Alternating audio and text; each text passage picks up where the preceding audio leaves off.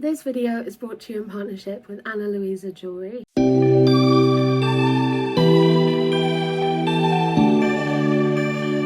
Hello everyone, welcome back or welcome to my channel. My name is Ren and I make videos a couple of times a week about books and pop culture, and today I want to talk about some books that I am incredibly thankful for. Obviously on this channel I talk a lot about books, I talk about books that I love, but there's like a select few books in which I'm like so beyond grateful for. I feel like I haven't fully given like a full description of just how grateful I am for these books and how thankful I am that these books exist and came into my life, because I also feel like they came into my life at the exact right moment. I can't explain it, but these books fell into my life at the right time, and then they literally, the impact they had was unparalleled. So I'm going to talk about them. I'm sure some of you will be able to guess what's on this list, but that's okay. We're going to talk about them anyway, and it's going to be fun. And then I really want to hear books that you are so thankful for in the comments as well. But before we get into that, I want to talk with you about today's partner. Now, I have partnered with Luisa before, and every time I get a new email from them about another partnership, I get so excited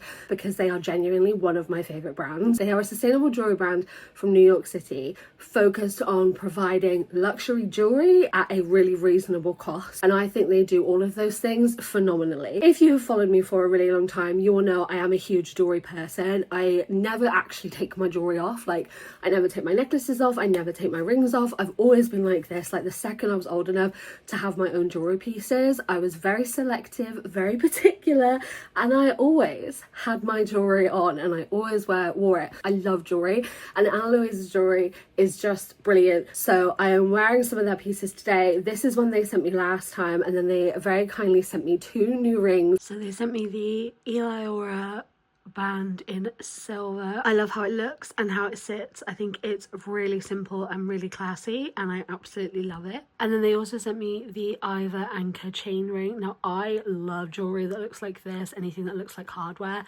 I just think it's beautiful, and I think that this works so well on its own, and but would also work as a stacking ring. I just think it's so good and can be worn in so many different ways. They are affordable, the shipping is really speedy, the quality is phenomenal. Like I said, I don't take my jewelry off, so I shower with my jewelry, I swim with my jewelry, I do everything with my jewelry, and there's been no tarnishing, no damage. It's just, they've been phenomenal. I've never had any issue with any of their jewelry, and I am here to tell you that as Black Friday is coming up, there are going to be some exclusive discounts, and you do not want to miss these. If you want to buy jewelry for someone for Christmas and you're looking for something a bit more affordable, if you want to make sure that you get something which is long lasting and is going to be part of someone's jewelry collection for a long time, they have so much to offer. You want to snatch that deal up, you honestly will not regret it. Like, they are such a good jewelry brand to purchase from, and you will not regret buying from them. So make sure that you follow the link in my description to go and check out Ana Luisa jewelry and shop with them this Black Friday. Thank you to Ana Luisa for partnering me with this video. I am obsessed with my new rings. I literally haven't taken them off since they arrived. I've had so many compliments on them, so yeah, you will not regret it. So now let's get into the books that I am thankful for. So let's start with a pretty obvious one, City of Bones, and the entire then Shadowhunter Chronicles has followed this book. I started reading this when I think there was 5 of the Mortal Instruments. City of Heavenly Fire was the first book that I was like waiting to come out, so I read these, and I read the Infernal Devices when I was 17. And when I say that like the impact that this had was unparalleled, it was kind of the follow-up to me liking things like The Hunger Games and Divergent and Twilight and stuff. Like, it was always like kind of, it was like, oh, if you like this, you know, if you like fantasy and that kind of thing, then this is a thing. But I had no idea what to expect. I'd just seen it all online, and I absolutely fell in love with it. This was actually one of the first books ever in which I encountered queer characters. This series and everything that Magnus and Alec went through, and this is also, I'm so thankful for it, because I do feel like that introduction to queer characters and the storylines that they go through and the importance of that and the things that they like experience was just so vital for me to read about at 17. Like, it just really impacted and changed how I thought about lots of things and how I thought about myself, and just like loads of different, like, it just, the impact that it had was just so important. I read all of the books that were available the summer before I went away to uni, and I do feel like they just gave me so much. Like, it was just so much. I will never ever ever be able to thank Cassandra Clare enough. I do not think I'd have this YouTube channel if it wasn't for the Shadowhunter Chronicles. I found people that were reading it online, and that's how I discovered BookTube, and that's why I wanted to make BookTube videos. So yeah, this is like inherently grateful, so grateful for every opportunity, for everything that this gave me and put into my life. I will always be thankful for. I will never ever ever never forget the impact that that had on my life. Next one is, again, an obvious one if you've been following me for a while. Aristotle and Dante Discover the Secrets of the Universe. When I say that this book changed the entire trajectory of my life, I'm not exaggerating. That's not hyperbole. This book changed my life in ways that I don't even myself fully comprehend sometimes. I was psychology undergrad at the time of discovering this book, and one of my modules was philosophy and ethics, because a lot of psychology is rooted in philosophy, and like there's a lot in which they kind of cross over, especially like old style psychology as well. I saw this online, and genuinely I didn't think that it was a fiction book. I just saw Aristotle and Dante and was like, that might be insightful. Didn't realise it was a story. Liked the original cover, which is obviously, this is the movie cover, but the original cover's on my Ari and Dante shelf. Now I like know personally the illustrator of that cover, the lovely lady Sarah who did this font. So I got it, I read it when I was on holiday, I read it in a day, and the first line, where it's like, the problem with my life is that it was someone else's idea, literally winded me. There are things in this book, there are things that Ari thinks and says, which are things that I had been trying to put into words for so long. Just like, I got it, like I got him, you know, like there's obviously things he experiences that I don't experience, and there are some differences, but the way that he thought, the way his brain was, just me and him were like, I was like, I get you, like I get this, I know this. I've never ever ever felt that. I've never felt someone be able to articulate how I'd been trying to articulate myself.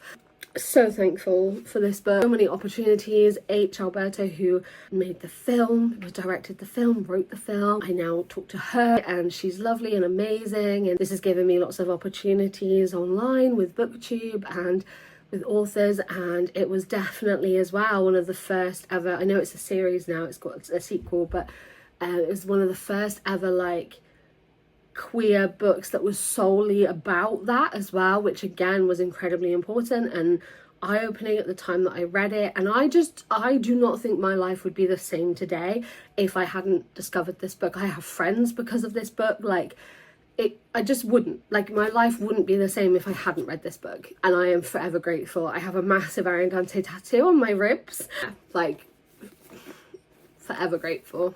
And then we have Mr. Percy Jackson. I actually didn't read Percy Jackson as a kid. I read Percy Jackson as an adult, and I have felt so much comfort in these books, like not just the first series, the Heroes of Olympus series, Trials of Apollo, like every series that follows, like I feel so much comfort in them. They are such a, as much as there's this like full emotional turmoil in Heroes of Olympus, they are such a comfort series to me. It is a series that I constantly go back to, that I constantly want to be in. Like I love the characters, I love the writing, I love every sort of thing that Rick Riordan adds to these stories. And I do think that the time where I read them, it was just really important for me. It was a really important time in my life. It was when I was first starting to get ill, and they were just this huge escapism comfort, which I absolutely adored, and I loved them. And now I've read all of them. I love all of them. Like they're just, it's a huge comfort for me. My first ever tattoo was from the Lightning Thief musical. It was a line from one of the bonus songs. I'm going to see it again this month in the West End. It's coming to London. It came into my life at the right time. It's the biggest form of escapism for me. It's such a comfort read, and every time I think about Percy Jackson, I just think of the most happiest memories. Days where I felt my absolute happiest, except for when I read Mark of Athena.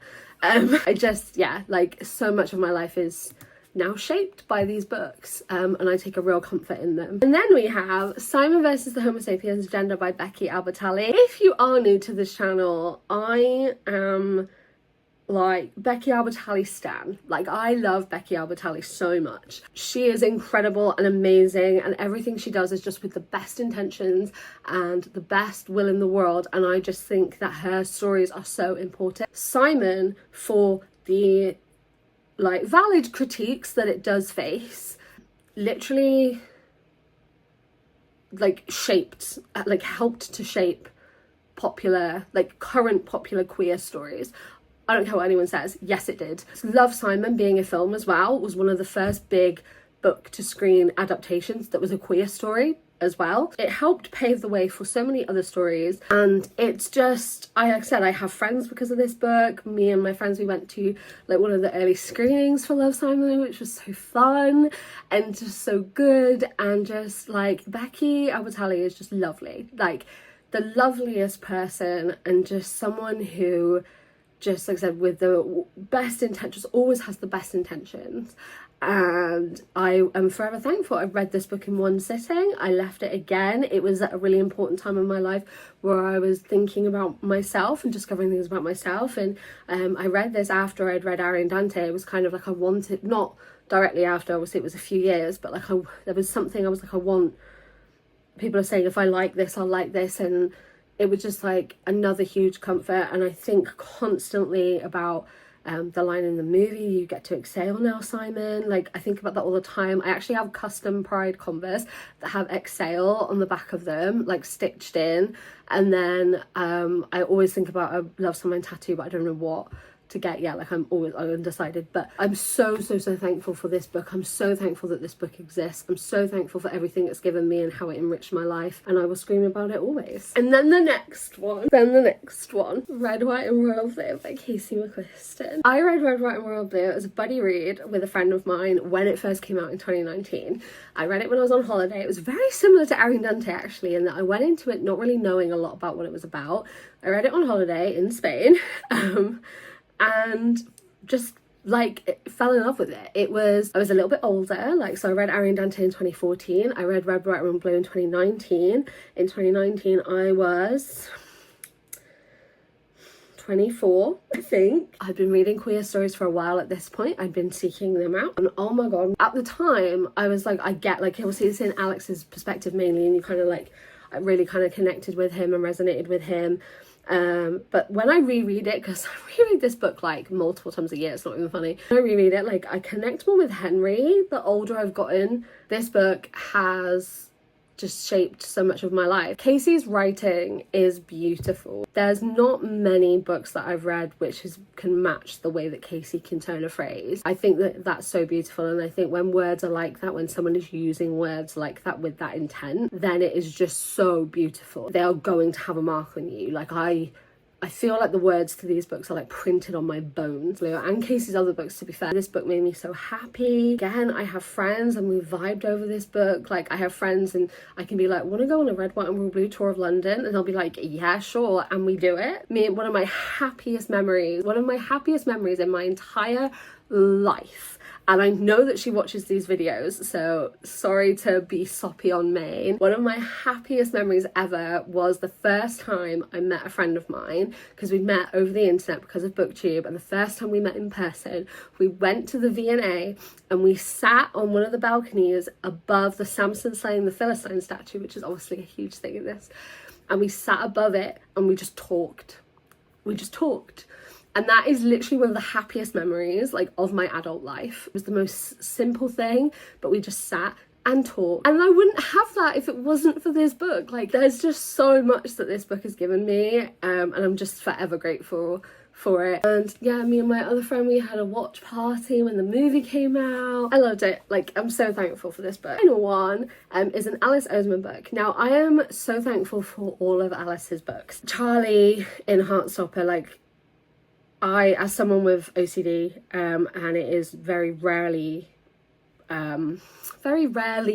depicted correctly. Charlie was one of the first characters in which, like, I was like, oh, this is actually done well, and I relate to this and can see myself in it. And there was actually a really interesting conversation and discussion about OCD when it comes to Charlie. So I'm forever grateful for Heartstopper, and I'm forever grateful for Alice's book. The one that I've really wanted to highlight the most, and that's because of how I felt while I was reading it, and how, again, Alice put into words how I had felt in ways that I couldn't, and that is Loveless. I actually read Loveless when I was recovering from a surgery back in 2022. I have to specify the year because I have surgeries every year. Again, there is so much in this that Alice explains in ways that, like, I had never been able to put into words. Spoke a lot about, like, society and their views on things, but then how you feel when it comes to that.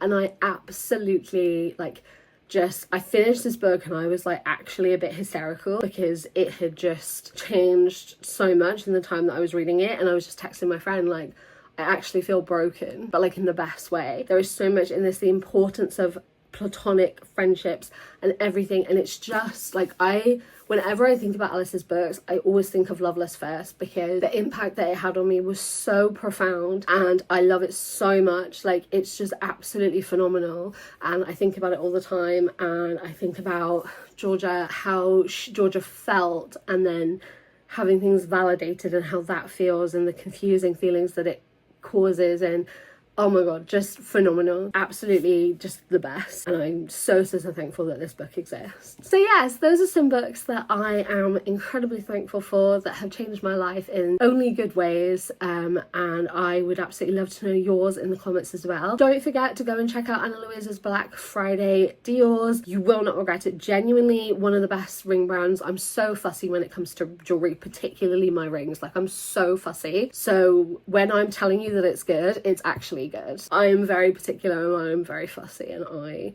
approve this message. All of that information will be in the description as well. Thank you guys for watching. I hope you're doing really well, and I will see you next time. Goodbye.